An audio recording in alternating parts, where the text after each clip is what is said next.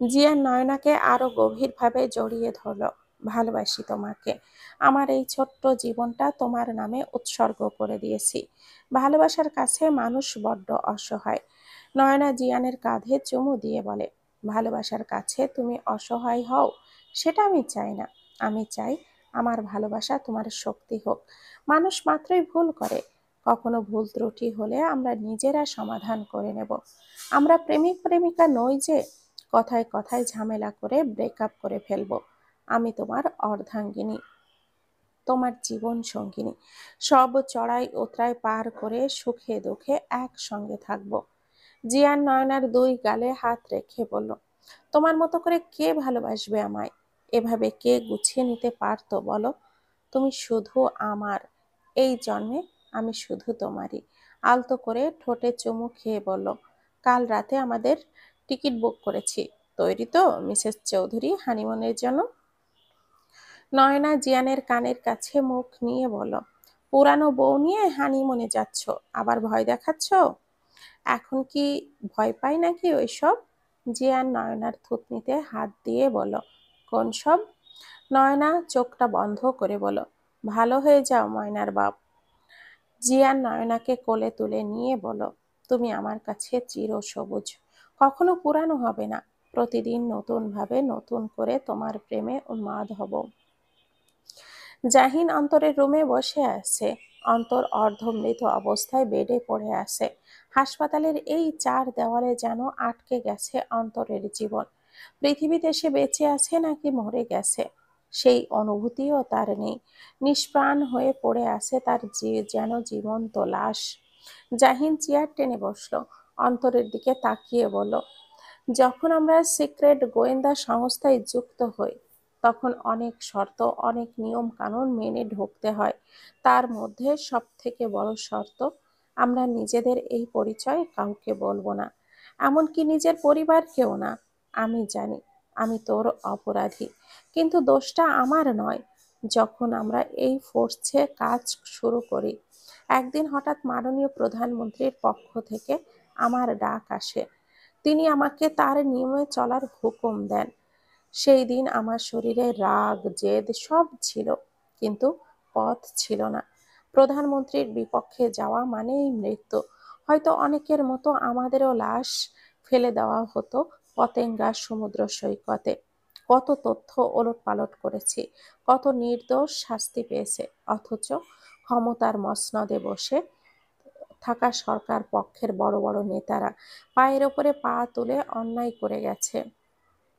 সেই সব জেনেও তাদেরকে সাপোর্ট করেছি, টাকাও কামিয়েছি কোটি কোটি টাকা, মানুষকে গুম করেছি। তাই হয়তো কিছু বিষয় জেনে গিয়েছি।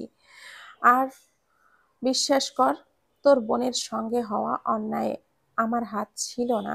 মন্ত্রীর ভাগ্নে, মন্ত্রীর ছেলে আর বন্ধু মিলে তোর বোনকে ধর্ষণ করে।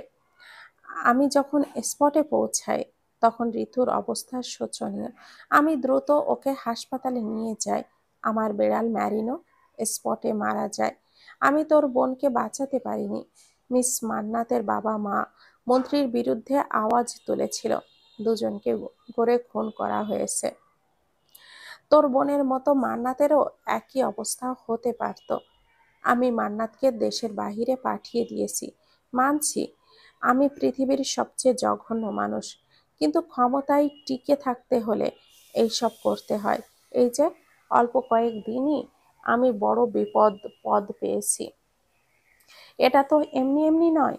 আমি খুবই নিকৃষ্ট মানুষ। হয়তো আগামীকাল আমি আমার জীবনের সবচেয়ে নিকৃষ্টতম কাজটাও করব। তারপর হয় নিজেই নিজেকে শেষ করব, নয়তো নিজেকে অনেক বড় আড়ালে নিয়ে যাব। অন্তর জাহিনের কথা শুনতে পেল কিনা বোঝা গেল না। কোমায় পড়ে থাকা মানুষ কি কথা শুনতে পারে? তবে অন্তরের চোখের কার্নিশ বেয়ে নোনা জল গড়িয়ে পড়ল। জাহিন উঠে দাঁড়িয়ে বলল, তুই বেঁচে থাক, আমি তোর কোনো ক্ষতি করতে চাইনি, বলেই পা ফেলে বেরিয়ে এলো হাসপাতালের কেবিন রুম থেকে। এই কয়দিন টেনশনে টুসির চোখের নিচে কালো দাগ পড়ে গেছে। একটা মানুষ এভাবে কিভাবে উধাও হয়ে যেতে পারে? কোথাও কোনো চিহ্ন নেই, যেন সে কখনো ছিলই না। তুষির জানা মতে সে সব জায়গায় খোঁজ নিয়েছে, কেউ সন্ধান দিতে পারেনি। ফোনটাও সুইচড অফ। একদিন কলেজেও যায়নি টুসি। অবশেষে সিদ্ধান্ত নিয়েছে আগামীকাল সকালে অন্তরের বাসায় যাবে। টুসি অন্ধকারে বিছানায় বসে আছে, চোখ জুড়ে তার রাজ্যের চিন্তা। মনটা যেন মরে গেছে, চোখের পানিও যেন ফুরিয়ে গেছে। টুসি মনে মনে বলল, তোমার কি আমার কথা মনে পড়ে না? এই যে, তোমার শোকে আমার ঘুম নেই চোখে, মন নেই দেহে, চোখের অশ্রুরাও ফুরিয়ে গেছে। তোমার মনে কি সেই টান অনুভব হয় না? কেন ভালোবেসে নিঃস্ব করে দিয়ে চলে গেলে? ভালোবাসায় আমি বরাবরই আনলাকি। সায়না অনিকেতের হাতে হাত রেখে ছাদে হাঁটছে, নিজেদের ছোটবেলার নানান কথা শেয়ার করছে। অনিকেত গভীর মনোযোগ দিয়ে সেই কথা শুনছে। সায়না বলল, জানো, একবার আমি মেলায় গিয়েছিলাম পাশের নিচের ফ্লোরে আপুদের সঙ্গে। মেলা থেকে ফিরতে রাত হয়ে যায়। বাবা বলল, আজ আর ঘরে ঢুকতে দেবে না। আমি বাবার কথা শেষ হওয়ার আগেই ভ্যাবা করে কান্না শুরু করে দিলাম। বাবারা হয়তো মেয়েদের কান্না সহ্য করতে পারে না। বাবা আমার হাতটা টেনে বুকে নিয়ে এসে বলল, কাঁদবি না, এরপর মেলায় গেলে আমাকে বলবি, আমি নিয়ে যাব। আমি বাবাকে জড়িয়ে ধরলাম। বাবা আমাকে পরম যত্নে বুকে আগলে নিলেন। ওই স্পর্শে কত স্নেহ, কত মমতা, কত ভালোবাসা ছিল, তা হয়তো প্রকাশ করে বোঝানো যাবে না। সেই বাবাকে আমি কষ্ট দিয়েছি, তার রাগ করা কি বেমানান? অনিকেত সায়নার হাতটা আরো শক্ত করে ধরে বলল, আমি তো এইসব অনুভূতির সঙ্গে পরিচিত নই। আমি মন খারাপ করিনি কারোর কাছ থেকে। তার সবচেয়ে প্রিয় জিনিস কেড়ে নিলে সে তো রাগ করবেই। নিশ্চয় বাবাদের কাছে তার মেয়ে সবচেয়ে প্রিয়, তাই ওনার রাগ আমি মনে করিনি।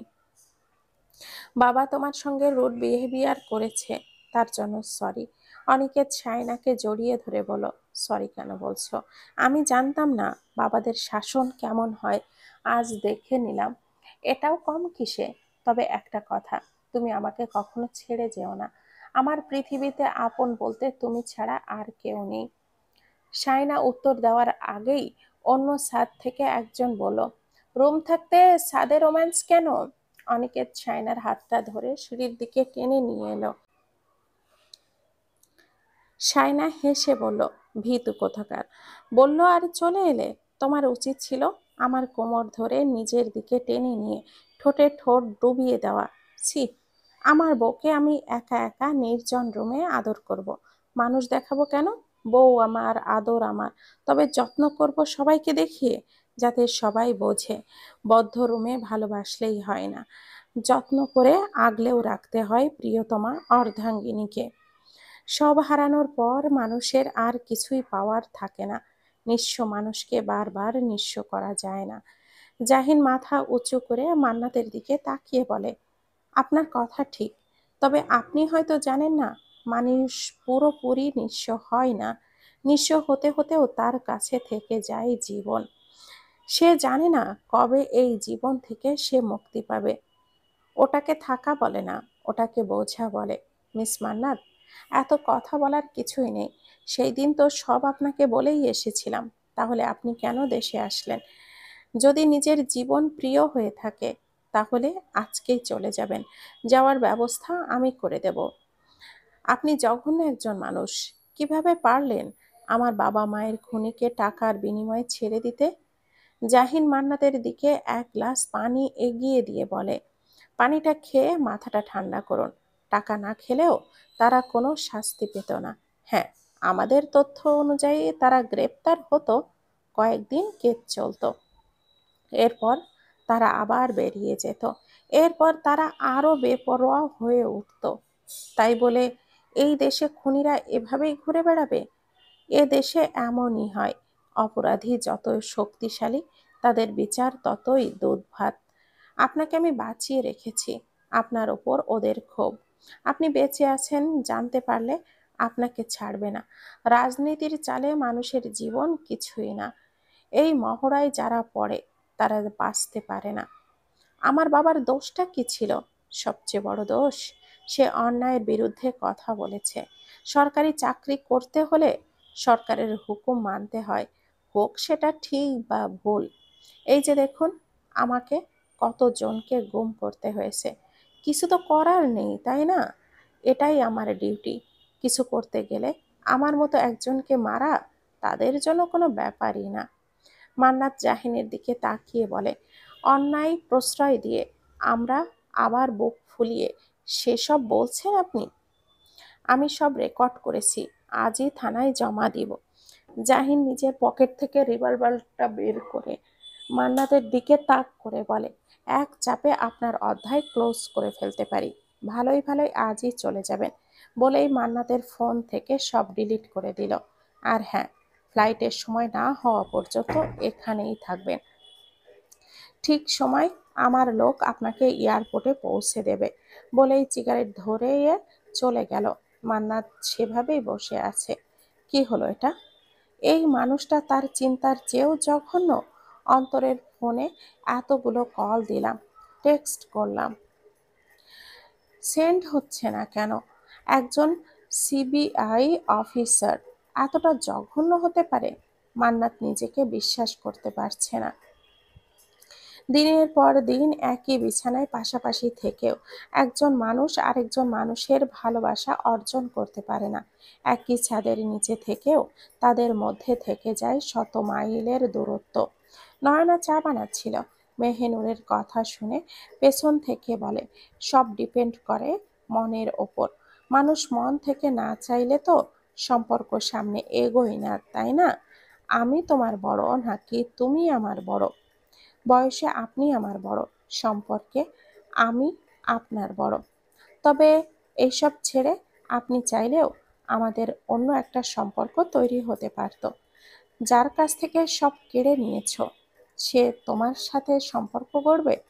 কেউ কিছুই কেড়ে নিতে পারে না। যার ভাগ্যে যা আছে তা সে পাবেই। তোমার ভাগ্যে রেজা কিছুতেই থাকতে পারে না। সে ডিজার্ভ করে বেটার। হয়তো উনি আমার চেয়ে ভালো কাউকে ডিজার্ভ করে, কিন্তু দিন শেষে তো মানুষটা আমার। আর তাছাড়া আমরা একে অপরের অনেক সন্তুষ্ট। কথা ছাড়া আর কিছুই শেখোনি? ইচেড়ে পাকা মেয়ে। নয়না দুধের চায়ের পাতা দিয়ে চুলার আঁচ কমিয়ে মেহেনুরের হাতটা ধরে বলে, আপু, আপনি আমাকে ভুল ভাবছেন। এটা আপনার মনে আমাকে নিয়ে তৈরি হওয়া ঘৃণা। আমার জন্য আপনার মনে নেগেটিভিটি ছড়িয়ে রেখেছেন। আমি আপনার ছোট, তবু একটা কথা বলতে চাই। আপনি নিজেকে কষ্ট দিচ্ছেন যে কারণে সে আপনার না। আপনি নিজেকে নিজের জন্য ভালোবাসুন। নিজের সাথে রিলেশন মজবুত করুন। ইনশাল্লাহ আপনার জীবনে ভালো কিছু অপেক্ষা করছে। মেহনুর হাত বাড়িয়ে নিয়ে বের হয়ে গেল কিচেন থেকে। নয়না চা কাপে ঢেলে নিয়ে আসলো। এক কাপ মিতা বেগমকে দিয়ে বাকি 2 কাপ নিজেদের জন্য রুমে নিয়ে এলো। জিয়ানকে দেখে বলে, এ কি, তুমি শার্ট খুলে দাঁড়িয়ে আছো কেন? চোখ ভর্তি দিয়ে দাঁড়িয়ে আছে চোখে। নয়না জিয়ান নয়নার কোমর ধরে নিজের দিকে এনে বলে, শার্টলেস আর দেখনি বেবি? এমন ভাবে লজ্জা পাচ্ছ, মনে হচ্ছে এর আগে কখনো দেখনি। আগে তো ড্যাব ড্যাব করে গিলে খেতে আমার বডি। ছি, কি জঘন্য কথা মিস্টার প্লেন ড্রাইভার। আমি এসব করতাম? হুম, আমার বাটার মাশরুম করতো। সে কি বলেছিল জানো? দেখার মতো জিনিস চোখের সামনে থাকলে দেখবো না? কথা বলতে বলতে জিয়ান পার্পল কালারের একটা ফর্মাল শার্ট পরে নিল। নয়না জিয়ানের দিকে তাকিয়ে বলল, এমন নায়ক সেজে কোথায় যাচ্ছ? একটু কাজ আছে বাটার মাশরুম। এই যাব আর আসবো, মাত্র 1 ঘন্টার কাজ। চা আনলাম, খাবে না? জিয়ান চা নিয়ে চুমুক দিয়ে বলে, লাজবাব বেবি। যদিও একটু ঠান্ডা হয়ে গেছে। হবেই তো বেব, আমি বানিয়েছি না। আমার ক- আমরা কটা বাজে বের হব বাসা থেকে? 5টায় বা 6টায়? টেনশন নিও না, প্যাকিং তো করা শেষ। আমি যাব আর আসবো জাস্ট। নয়না জিয়ানকে জড়িয়ে ধরে বলল, থেকে যাও না, এখন বের হতে হবে না। জিয়ান নয়নাকে কোলে তুলে নিয়ে বলে, বউ, এভাবে বেঁধে রাখতে চাইছো কেন? আদর খেতে ইচ্ছে করছে নাকি? নয়না জিয়ানের নাক টেনে বলে, একদম ভুলভাল চিন্তা বাদ দাও, থেকে যাও, 10টা চুমু খাওয়াবো। জিয়ান নয়নার ঠোঁটে চুমু দিয়ে বলে, 100টা চুমু খাবো এসে, আর সিলেটে গিয়ে তো হিসাব ছাড়া খাবো। জিয়ান নয়নাকে জড়িয়ে ধরে কতক্ষণ বুঝিয়ে বের হয়ে গেল বাসা থেকে। নয়নার মনের মধ্যে কেমন যেন করছে, মনে হচ্ছে এই বোধহয় শেষ দেখা তাদের। কেমন হাহাকার ছড়িয়ে পড়ছে হৃদয় জুড়ে। বুকের মধ্যে হাত রেখে জোরে জোরে নিঃশ্বাস নিয়ে বলল, আল্লাহ, ওনার হেফাজত করুন। হুট করে সব কেমন যেন অন্ধকার হয়ে গেল। হাসি খুশি মুখটা মলিনতায় ছেয়ে গেল। মুহূর্তেই মনটা বিষাদে রূপান্তরিত হলো। জিয়ান বের হওয়ার ঠিক আধা ঘন্টা পর জাহিন বাসায় প্রবেশ করে। বাসায় এসে সোজা চলে যায় মিতা বেগমের কাছে। মিতা বেগমকে জড়িয়ে ধরে বলে, অনেক ভেবে আমি তোমার সিদ্ধান্তে একমত হলাম। বিয়ের তোড়জোড় শুরু করো। আমি মেহেনুরকে বিয়ে করতে রাজি। মিতা বেগম খুশি হয়ে গেলেন। জাহিনের হাতটা ধরে বলে, তুই সত্যি বলছিস? হুম, সত্যি। ভাবছি বাবার বিজনেসটাও জয়েন করব। অনেক তো ঘুরলাম, এবার ঘরের ছেলে ঘরে ফেরার পালা। আমি খুবই খুশি হলাম। শোন জিয়ান সিলেট থেকে ফিরে আসলেই তোদের আগ্ধ সেরে ফেলবো। ভাইয়া সিলেটে যাচ্ছে? হ্যাঁ, নয়নাকে সাথে নিয়ে যাচ্ছে। 3 দিন থাকবে। তোর বাবা ইন্ডিয়া থেকে আগামীকাল ফিরবে। এ কথা শুনলে তোর বাবাও অনেক খুশি হবে। এখন বলো তো, কি রান্না হয়েছে আজ? খুব খিদে পেয়েছে। তুই ফ্রেশ হয়ে নিচে আয়, দেখি কি কি রান্না হলো। এখনো তো রান্না শেষ হওয়ার কথা না, মাত্রই তো 12টা বাজে। নয়না সবকিছু প্যাকিং করে নিল। তারপর নিচে এসে ফ্রিজ থেকে আইসক্রিম নিয়ে সোফায় বসে আইসক্রিম খেতে খেতে গান শুনছিল। এমন সময় মেহেনুর এসে নয়নার পাশে বসলো। গতকাল তোমাকে কি বলেছিলাম মনে আছে? আমার ব্রেন খুবই দুর্বল এইসব ক্ষেত্রে। সে কোনো অপ্রয়োজনীয় কথা কিছুতেই মনে রাখতে চায় না। বলেছিলাম, এক বিছানায় শুয়েও মানুষের মধ্যে থাকে শত মাইলের দূরত্ব। তোমার কি মনে হয় রেজা তোমাকে ভালোবাসে? ভালোবাসা কি জিনিস আপু? খায় নাকি মাথায় দেয়? দেখো নয়না, শরীর পেলেও মানুষের মন পাওয়া যায় না। মন দিয়ে আমি কি করব? মন তো দেখাও যায় না। শরীরটা আমার সঙ্গে সবসময় থাকলেই হয়। মনটা চাইলেও আপনি দেখতে পারেন, আপনি রাখতে পারেন আপু। ওইসব মন টন আমার দরকার নাই। আস্ত মানুষটাই তো আমার। তুমি কি জানো তুমি প্রচণ্ড রকমের বেয়াদব একটা মেয়ে? এই মুহূর্তে জানলাম। আইসক্রিম খাবেন আপু? এটা টেস্ট না অনেক জোস। মুখে দিলেই স্বাদের ব্লাস্ট হচ্ছে। এত অহংকার কিসের তোমার? রেজা ছাড়া তোমার জীবনে আর কোনো অ্যাচিভমেন্ট আছে? এখন অবধি নেই, তবে খুব তাড়াতাড়ি আসবে। সে আমার কোল আলো করে। চরম অসভ্য একটা মেয়ে তুমি। কি যে বলেন ননদিনী? ননদের সঙ্গে মজা করব না, তবে কার সঙ্গে করব? কানে কানে একটা কথা বলি শোনো। ওই বেডার দেহের প্রতিটি লোমকূপে আমার নাম লেখা। এবার ভালোভাবে ওনার স্পর্শের স্টাম্প লাগাতে সিলেটে নিয়ে যাচ্ছি। ইনশাল্লাহ ফিরে এসে আপনাকে ফুপি হওয়ার সুসংবাদ দেব। মেহিনুর রেগে উঠে যাবে। এমন সময় মিতা বেগম এসে বলে, তোরা গল্প করছিস? ভালোই হয়েছে। নিজেদের মধ্যে ভালো সম্পর্ক গড়ে তুললে একসঙ্গে থাকতে তোদের সুবিধা হবে ভবিষ্যতে। আমি তো চলে যাব আম্মি। তোমাদের পরিবারে আমি তো স্থায়ী না। স্থায়ী না? কিন্তু হতে কতক্ষণ? নয়না চুপচাপ বসে আছে। মেহেনুর আর মিতা বেগম কথা বলছে। মিতা বেগম সার্ভেন্ট ডেকে বললেন, মিষ্টি নিয়ে আয় তো। সুখবর দেওয়ার আগে মিষ্টি মুখ করতে হবে তো। সার্ভেন্টের হাত থেকে মিষ্টি প্লেট থেকে নিয়ে প্রথমে মেহেনুরকে খাওয়ালেন, তারপর নয়নাকে। হাসি মুখে বলেন, জাহিন তোকে বিয়ে করতে রাজি হয়েছে। নয়না শুনে খুশি হলো, আবার বিরক্তও হলো। মেহেনুরের মতো মেয়ের সঙ্গে সারা জীবন একসঙ্গে থাকতে হবে। নয়না মিতা বেগমকে জড়িয়ে ধরে বলেন, খুব তাড়াতাড়ি একটা বিয়ে খাবো, তাও দেবরের বিয়ে। সেই মজা হবে আম্মু। আম্মু, আমি এখন রুমে যাই। যা, গিয়ে একটু রেস্ট নে।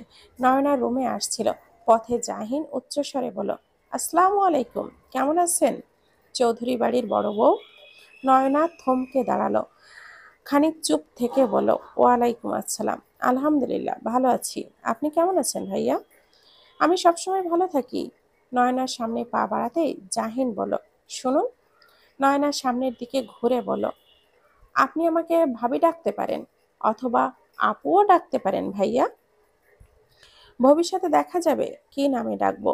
বা হাত থেকে একটা শপিং ব্যাগ ডান হাতে নিয়ে নয়নার দিকে বাড়িয়ে দিয়ে বলো, এটা আপনার জন্য, সিঙ্গাপুর থেকে এনেছি। আপনি এই বাসায় আসার পর থেকে আপনাকে কিছুই দেওয়া হয়নি তো, তাই।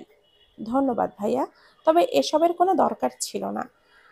জীবনে কত কিছুই তো আমরা করে থাকি যার কোনো দরকারই ছিল না। সরি। সরি কেন? এমনি। নয়না বলো, কংগ্রাচুলেশন।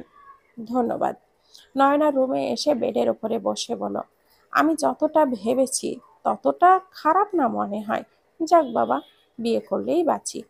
তুষিকে খবরটা দেই। নয়না নিজের ফোন থেকে টুসির নাম্বারটাই কল করলো। ওপাশ থেকে রিসিভ হতেই টুসি বলল, নয়ন, তোর সঙ্গে আমার জরুরি কিছু কথা আছে। রাখ তোর জরুরি কথা, নিশ্চিত নোট দিতে বলবি।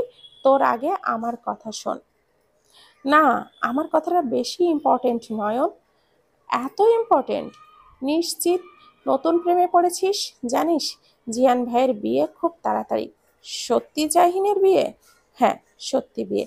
অবশেষে ওই অস্বস্তিকর পরিস্থিতি থেকে মুক্ত হলাম।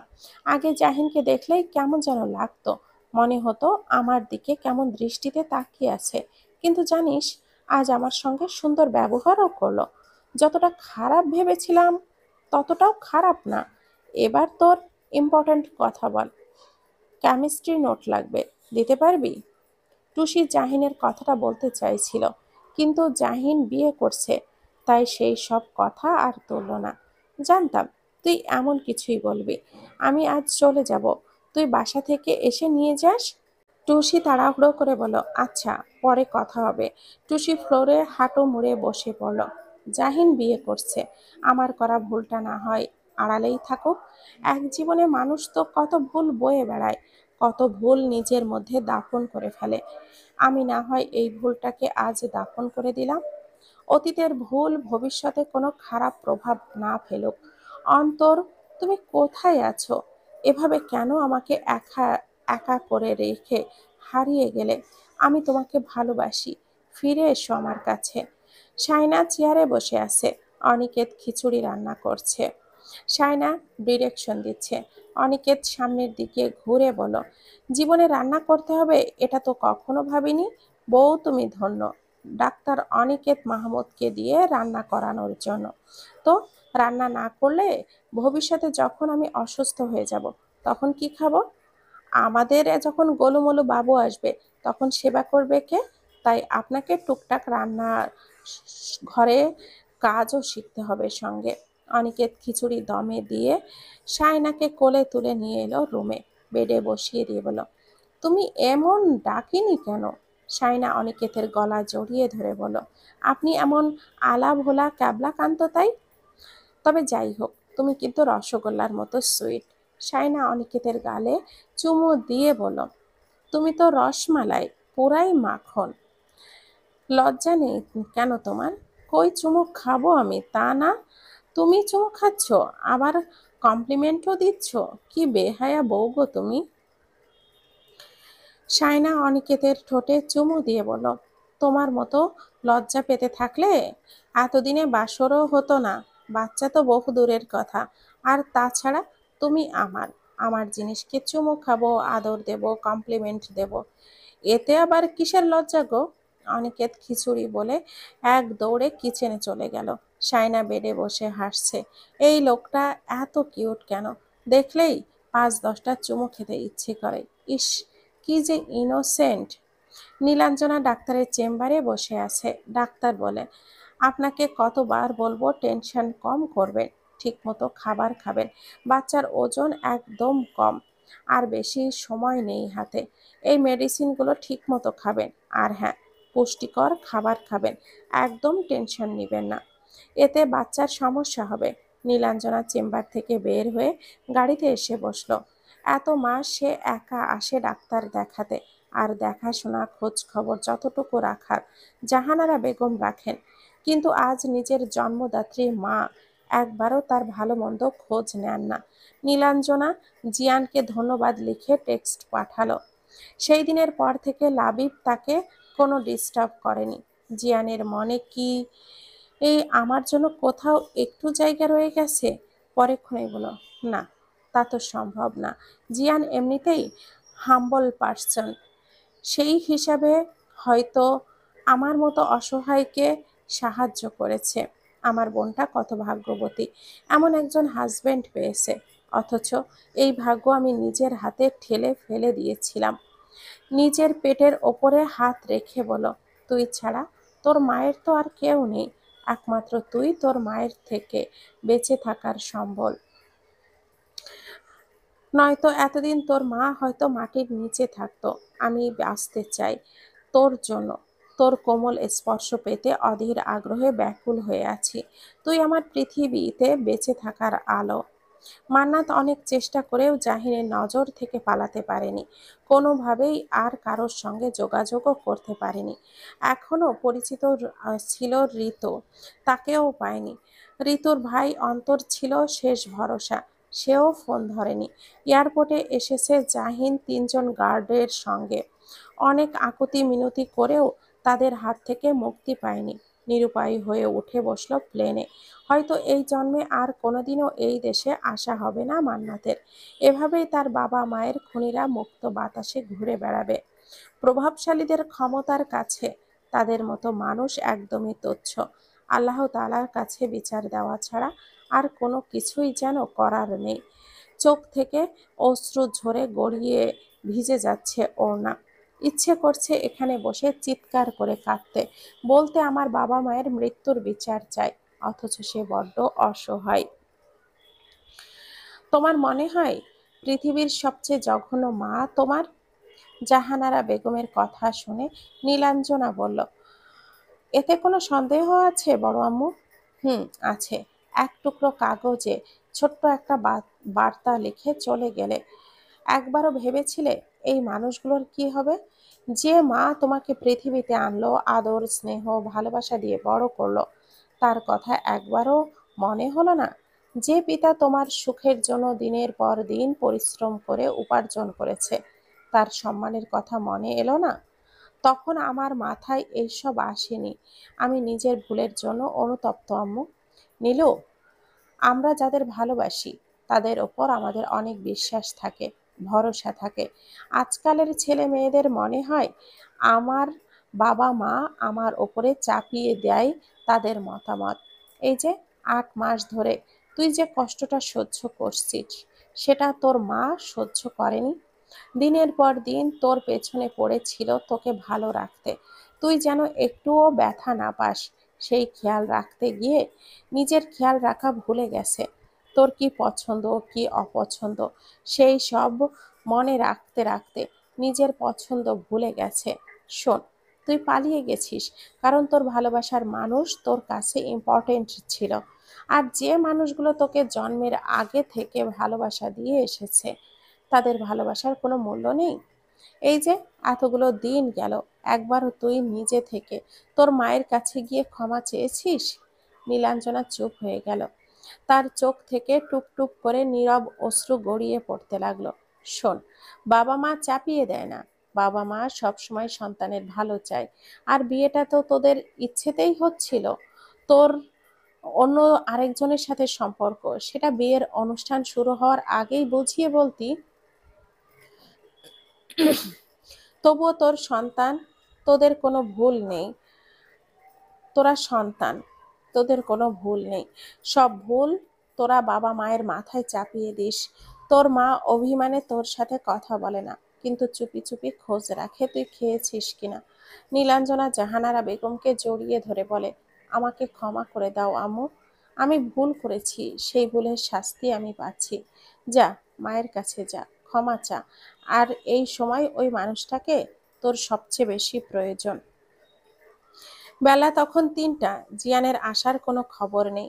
নয়না খাবার খেয়ে নিজের রুমে মনমরা হয়ে বসে আছে। বার কয়েক কল করেও জিয়ানকে পাওয়া যায়নি। এত সুন্দর রাঙা বউ সেজে বসে থাকলো যার জন্য তার দেখা নেই। লম্বা চুলগুলোতে চিরুনি করেছে নয়না। হঠাৎ দরজায় কড়া নড়ল।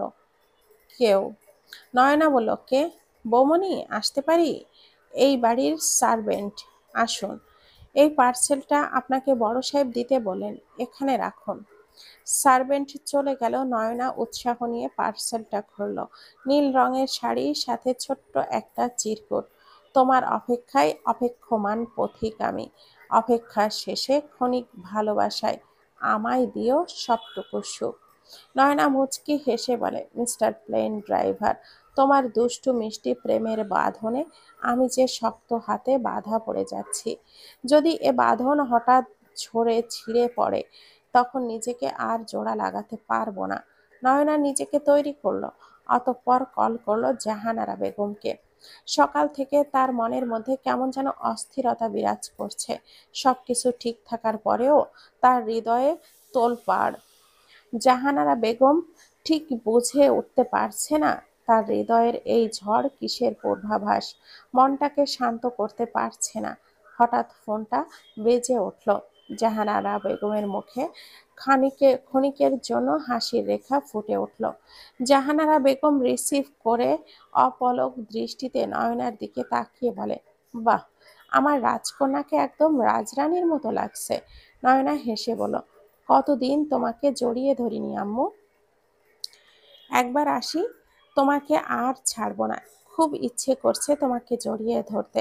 নয়না এই কথা বলার জন্য কল করেনি, তবুও হঠাৎ কেন যেন এই কথাটা বের হলো। নিজেই মনে মনে বেশ অবাক হলো। জাহানারা বেগমের চোখ জোড়া ভিজে উঠল। চোখের কার্নিশ বেয়ে গড়িয়ে পড়ল দুফোঁটা অশ্রু। স্মিত হেসে বলল, তুই আয়, আমি তোকে আগলে রাখবো। কবে আসবি তুই? কতদিন তোকে দেখি না মন ভরে। এই তো প্লেন ড্রাইভার চলে গেলেই এসে পড়ব। এইসব কেউ বলে? সে হলো পাইলট আম্মু। নয়না হঠাৎ আম্মু ডাকটা শুনে জাহানারা বেগম কেঁপে উঠল। কি হয়েছে তোর? কতদিন পর তোমাকে ডাকলাম বলো তো। তোমাকে আম্মু ডাকিনি, মনে হচ্ছে যুগ পেরিয়ে গেল। পাগলি মেয়ে, কাল সকাল সকাল চলে আসিস। কাল সকালে কি করে আসবো? কাল তো থাকবো পাহাড়ের চূড়ায়। সাবধানে থাকিস মা, নিজের খেয়াল রাখিস। নয়না ফোনটা কেটে দিল। তার মন বিষণ্ণতায় ছেয়ে গেছে। আচ্ছা, এই আনন্দের মুহূর্তে এমন বিষাদ ছড়িয়ে পড়ল কেন? এই কেনর উত্তর জানা নেই নয়নার। শেষবারের মতো নিজেকে আয়নায় দেখে বের হয়ে এলো রুম থেকে। মিতা বেগম তখন নামাজে। নয়না দাঁড়িয়ে রইল তার সালাম ফেরানোর আশায়। মিতা বেগম সালাম ফেরাতেই নয়না বলল, আমি আসতে পারি? মাশাল্লাহ, আজকে তো মনে হচ্ছে আসমানের পরী নেমে এসেছে জমিনে। তা কোথায় যাচ্ছিস নাকি? নয়না বলতে গিয়েও থমকালো। নিজেকে ধাতস্থ করে বলল, আমার ফ্রেন্ডের বার্থডে। একা যাবি? গাড়ি নিয়ে যাব আমি। আচ্ছা, সাবধানে যাস, তাড়াতাড়ি ফিরে আসিস। নয়নার মানা করা সত্ত্বেও বেশ কিছু টাকা গুজে দিল নয়নার হাতের মুঠোয়। নয়না বের হয়ে এলো চৌধুরী ম্যানশন থেকে। গাড়িতে ওঠার আগে আরেকবার ফিরে তাকালো। আচ্ছা, আমার মন কেন এমন বিচলিত হচ্ছে? কেন মনে হচ্ছে কোথাও কিছু ঠিক হচ্ছে না? বুঝেছি, মনটা তার বিচ্ছেদ বিরোহী হয়ে উঠছে। শোন মন, সে আমার। সে যেখানেই থাকুক, সে শুধু আমারই। দূরত্ব কখনো আমাদের ভালোবাসায় বাধা হতে পারে না। নয়না গাড়িতে বসে বলল। গাড়িতে চলতে লাগলো। হঠাৎ নয়না খেয়াল করলো ফোনটা সে ভুলে ফেলে এসেছে বাসায়। ড্রাইভারকে বলল গাড়ি ঘোরাতে। ড্রাইভার নিজের ফোনটা বাড়িয়ে দিল। অপর পাশ থেকে জিয়ান বলল, এত ভয় কিসের বউ? যতটুকু এগিয়ে এসেছো ততটুকু পেছাতে কেন চাও? এগিয়ে এসো ভালোবাসার রাস্তায়। হাতে সময় কম পাখি। নয়না বলল, আপনার জন্য দরকার ছিল ফোনের। আপনি যখন আছেন। ফোন আমার অকেজো। আসছি মিস্টার প্লেন ড্রাইভার। কিন্তু আমাদের তো একসাথে যাওয়ার কথা ছিল। তাহলে তুমি একা কেন চলে গেলে? আগে একসাথে গেলে তোমার জন্য সারপ্রাইজ প্ল্যান কিভাবে করতাম জান। এই শোনো, তোমার মুখে তুমি ডাক বেশ মানায় পাখি, তবুও আপনি কেন বলো। সেসব কথা তোলা থাকুক, চোখে চোখ রেখে না হয় বলবো। নয়না লজ্জায় লাল হয়ে যাচ্ছে। ইস, তার মানুষ, তার নিজের ব্যক্তিগত মানুষ, মানুষটাকে সে কত যত্ন করে ভালোবাসে। আচ্ছা, সব তো ঠিকই আছে, তবুও মনের মধ্যে অজানা এক অদ্ভুত বাজে অনুভূতি হচ্ছে কেন। কখন যে আপনাকে জড়িয়ে ধরবো, আপনাকে জড়িয়ে ধরলেই আমার মনের মধ্যে সব কষ্ট দূর হয়ে যাবে। আপনি আমার মন ভালো করার টনিক। জিয়ান বাসায় ঢুকলো সন্ধ্যা 6টায়। তাড়াহুড়ো করে দ্রুত নিজের রুমে এলো। সাথে নিয়ে এসেছে চকলেট আর কাচের চুড়ি। মনে মনে বলল, নিশ্চয় মহারানী ভীষণ রেগে আছে। মহারানীর রাগ ভাঙাতে এইটুকু আর সাথে আমার ভালোবাসা যথেষ্ট। জিয়ান রুমে ঢুকতেই তার হৃদয়ে হাহাকার ছড়িয়ে পড়ল। রুম জুড়ে কি নিদারুণ শূন্যতা, শূন্যতা তাকে এসে ঘিরে ধরেছে। জিয়ান ডাকতে লাগলো, সুনয়না শুনছো? ওগো, কই তুমি? এই যে আমার প্রিয়তমা অর্ধাঙ্গিনী, লুকিয়ে না থেকে সামনে আসো। তোমাকে দেখার তৃষ্ণায় হৃদয় মরুভূমি হয়ে আছে। দর্শন দিয়ে আমার তৃষ্ণা মেটাও। ফাঁকা রুমে নিজের কণ্ঠধ্বনি নিজের কানেই ফিরে আসছে। ওয়াশরুমের বারান্দায়, সব জায়গায় খোঁজা শেষ, কোথাও নেই তার পিচ্চি বউ। হতাশা এসে ঘিরে ধরল তাকে। নিজের ফোন উঠিয়ে কল করল। ফোনটা বেজে উঠতেই হঠাৎ করে হৃদয়টা স্যাঁত করে উঠল। নয়নার ফোনটা হাতে নিয়ে বলল, ফোন ফেলে গেলে কোথায়? রুম থেকে ছুটে বের হয়ে এলো মিতা বেগমের রুমে। আম্মু, নয়না কোথায়? কিছুক্ষণ আগেই তো বের হলো। ওর নাকি কোন ফ্রেন্ডের বার্থডে। কখন, কার সাথে বের হলো? ফোনটাও বাসায় ফেলে গেছে। আমাদের ফ্লাইটের সময় হয়ে যাচ্ছে। আজ কেন যেতে দিলে? আজ তো আমরা সিলেটে যাব। তুই রেডি হতে হতে ঠিক চলে আসবে। দেখিস, এত বিচলিত হতে হবে না। বয়স কম হলেও বোধ বুদ্ধি অনেক ভালো। তুই সারাদিন কোথায় ছিলি? অনিকেত অনিকেতের অ্যাক্সিডেন্ট হয়েছে। কি বলিস? এখন কি অবস্থা? গুরুতর কিছু? মেজর কোনো ইস্যু যদিও নেই, তবে আঘাত পেয়েছে হাতে পায়ে, শরীরের বিভিন্ন জায়গায়। জিয়ান রুমে এসে বিছানার উপরে শুয়ে পড়ল। কিছুই ভালো লাগছে না তার। রুম জুড়ে করুণ শূন্যতা গ্রাস করছে তাকে। হঠাৎ তাকিয়ে দেখে বিছানার উপরে তার পছন্দ করা টুকটুকে লাল শাড়িটা। শাড়িটা নাকের সামনে নিতেই যেন নয়নার শরীরের ঘ্রাণ তাকে সতেজ করে তোলো। ইস, বড্ড লোভ হচ্ছে তোমাকে টুকটুকে লাল শাড়িতে দেখার। নিশ্চয় তোমাকে মারাত্মক লাগছিল এই শাড়ি। ও হয়তো মুগ্ধ হয়েছিল তোমার সঙ্গে জড়িয়ে। এই লাল শাড়িও আমার যে ভাগ্যবান যে তোমাকে নিগাড় আলিঙ্গনে জড়িয়েছিল। আমার যে এই শাড়িকেও হিংসে হচ্ছে রাঙাবো। কোথায় রইলে তুমি? তোমার মানুষটা তোমার অনুপস্থিতিতে কাতর হয়ে যাচ্ছে। ফিরে এসে তাকে জড়িয়ে ধরে এক পশলা প্রেমের বৃষ্টি নামিয়ে শীতল করো তার তৃষ্ণাতুর হৃৎপিণ্ডকে। আসো না গো বউ। জিয়ানের মনে হচ্ছে নয়না এক্ষুনি এসে তাকে জড়িয়ে ধরবে, তার ঠোঁটে ঠোঁট রেখে বলবে, ভালোবাসি তোমাকে। অথবা রাগ দেখিয়ে বলবে, মিস্টার প্লেন ড্রাইভার, সারাদিন কোথায় ছিলেন? জিয়ান কল্পনা করতে লাগলো রাগলে নয়নাকে কেমন লাগবে। মেয়েটা এত স্নিগ্ধ, সব রূপেই যেন সে মোহনীয়। জিয়ান উঠে বসলো। তার হাঁসফাঁস লাগছে। শাড়িটা জড়িয়ে ধরলো বুকের মাঝে। মনে মনে বলে, আজ আমরা হাতে হাত রেখে বিমানে বসে থাকবো। তুমি আমার কাঁধে মাথা রাখবে। 3 দিন, 3টা দিন স্বপ্নের মতো কাটাতাম আমরা। কোথায় গেলে তুমি? তাড়াতাড়ি ফিরে এসো। সাজেকের এক পাহাড় চূড়ায় দোলনায় পা দোলাচ্ছে জাহিন। হাতে তার গিটার, মুখে তার সুর, কণ্ঠে বাজছে গান। সখী ভালোবাসা কারে কয়? হৃদয়ের মন্দিরে আছো বসে তুমি, এ ব্যথা প্রাণে নাহি সয়।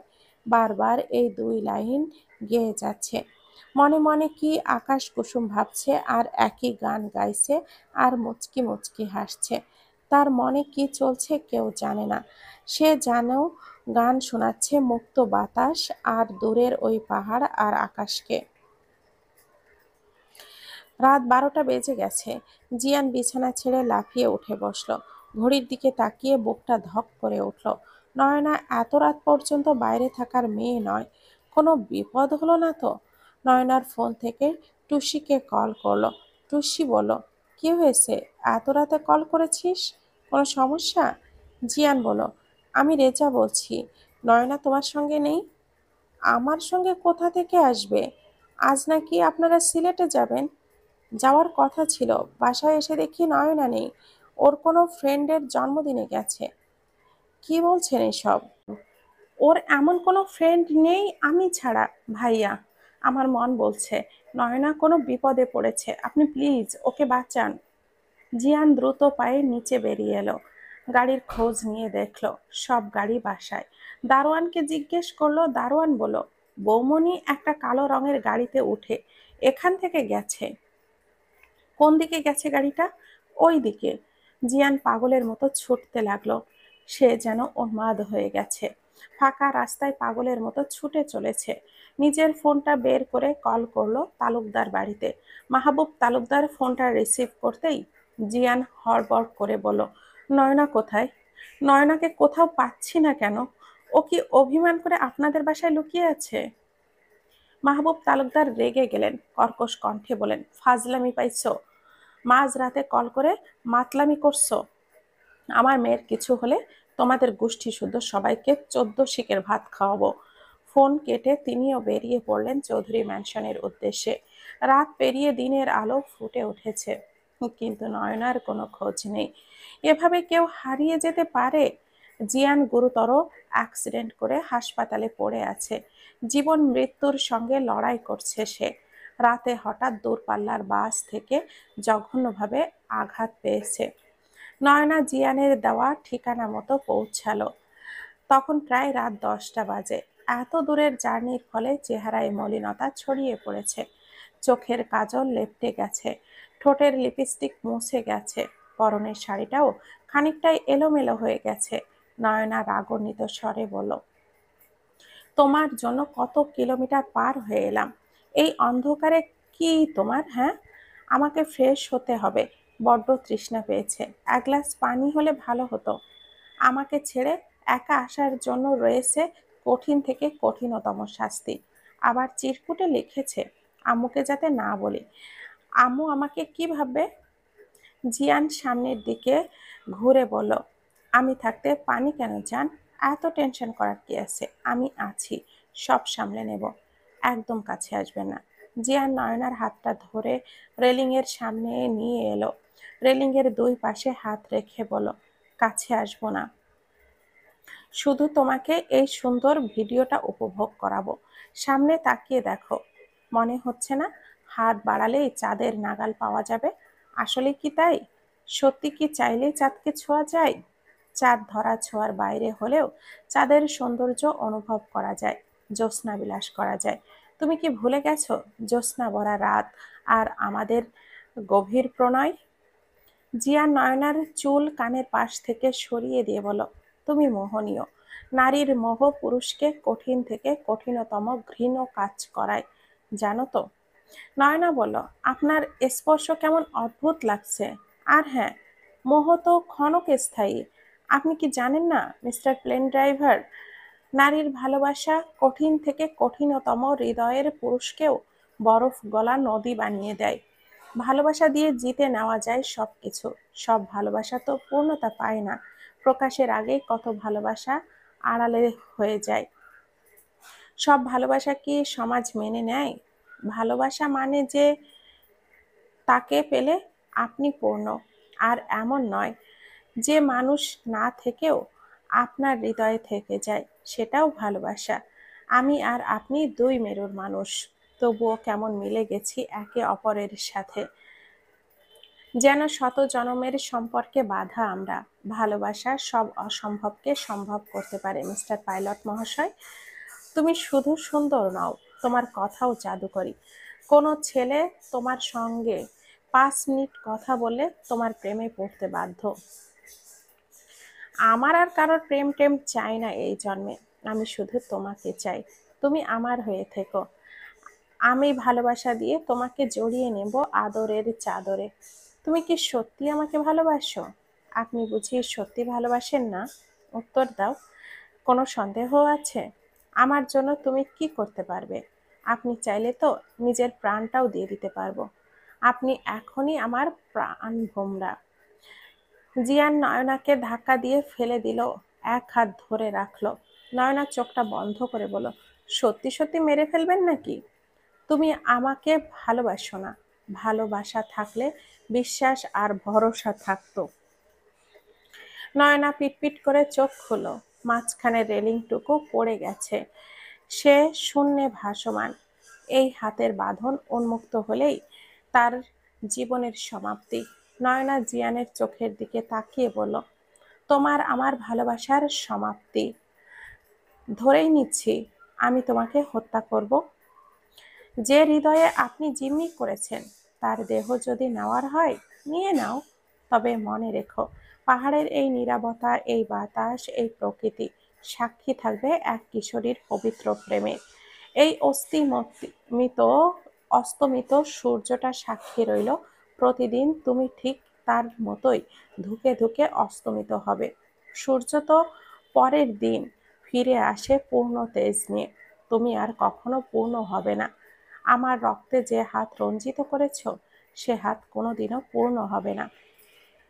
নয়না যদিও এতক্ষণ ফিল্মি ডায়লগ দিচ্ছিল, হঠাৎ জিয়ানের চোখের দিকে তাকিয়ে তার রুহু কেঁপে উঠল। নয়না কম্পিত কণ্ঠে বলল, প্লিজ আমাকে টেনে তুলুন, ভয় পাচ্ছি। মনে হচ্ছে তুমি আসলে তুমি নও, অন্য কেউ। জিয়ান গর্জে উঠে বলল, তোকে আমি কোনো দিন ভালোবাসিনি, অভিনয় করেছি। নিখুঁত অভিনয়। ঠিক যেভাবে তোর বোন আমার সাথে অভিনয় করে আমার কোমল হৃদয়টাকে হত্যা করেছে, তার চেয়ে হাজার গুণ বেশি কষ্ট দিয়ে মারবো তোকে। Revenge of nature. তোর কোনো দোষ নেই যদিও, কিন্তু রক্ত তো একই। জিয়ানের হাত আলগা হচ্ছে। নয়না দুই হাত আঁকড়ে ধরল জিয়ানের হাত। করুণ স্বরে বলল, আমাকে মেরে ফেলবেন না। আমি আপনাকে ভালোবাসি। আমার মৃত্যু মানে পৃথিবীতে আপনার ভালোবাসার মৃত্যু। কেন করছেন এমন? আমি জানি আপনি আমার সঙ্গে মজা করছেন। এমন মজা আমি আর নিতে পারছি না। জিয়া নয়নার নিজের দিকে তাকিয়ে অট্ট হাসি দিয়ে বলল, আমি মজা করছি না, আমি সত্যি বলছি। তোর জীবনের বাতি এখানে আমার হাতে নিভে যাবে। রিভেঞ্জ নেব তোর রক্ত দিয়ে। নয়না চিনতে পারছে না এই মানুষটাকে। আসলে কি সে ওই মানুষ যার ভালোবাসায় গতকাল সিক্ত হয়ে মনে হয়েছিল ভালোবাসার মতো সুন্দর জিনিস পৃথিবীতে আর নেই? নয়না কান্না জড়িত কণ্ঠে বলল, পৃথিবীতে যত সুন্দর জিনিস আছে তার অর্ধেক হলো নারী। নারীর ভালোবাসা ছাড়া তা পূর্ণতা পায় না। জিয়ান নয়নার হাতটা ছাড়িয়ে নিতে নিতে বলল, বেশি সুন্দর জিনিস আমার আবার সহ্য হয় না ডিয়ার। এই জন্মের মতো আলবিদা। পরের জন্ম বলে যদি কিছু থাকে দেখা হবে প্রিয়। নয়না জিয়ান বলে চিৎকার করে উঠল। তার চিৎকার মিলিয়ে যেতে লাগলো পাহাড় আর বাতাসে। তার করুণ আর্তনাদ কারোর কর্ণকুহরে পৌঁছালো না। অসহায় চাঁদও যেন ব্যথিত হলো এই করুণ দৃশ্যের সাক্ষী হয়ে। সে শুধু তাকিয়ে দেখল, অথচ বাঁচতে পারল না এক নিষ্পাপ ফুলকে।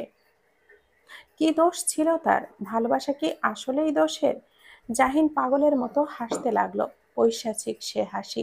দুফোঁটা অশ্রু গড়িয়ে পড়ল জাহিনের চোখ থেকে। আমি যাকে ভালোবাসি তাকে অন্য কারোর বাহুতে সহ্য করার ক্ষমতা আমার নেই। আমি এত মহান হতে পারবো না। তোমার সঙ্গে প্রথম দেখার কথা আমি কোনোদিন ভুলতে পারবো না। Bashundhara city shopping mall, floor number 7।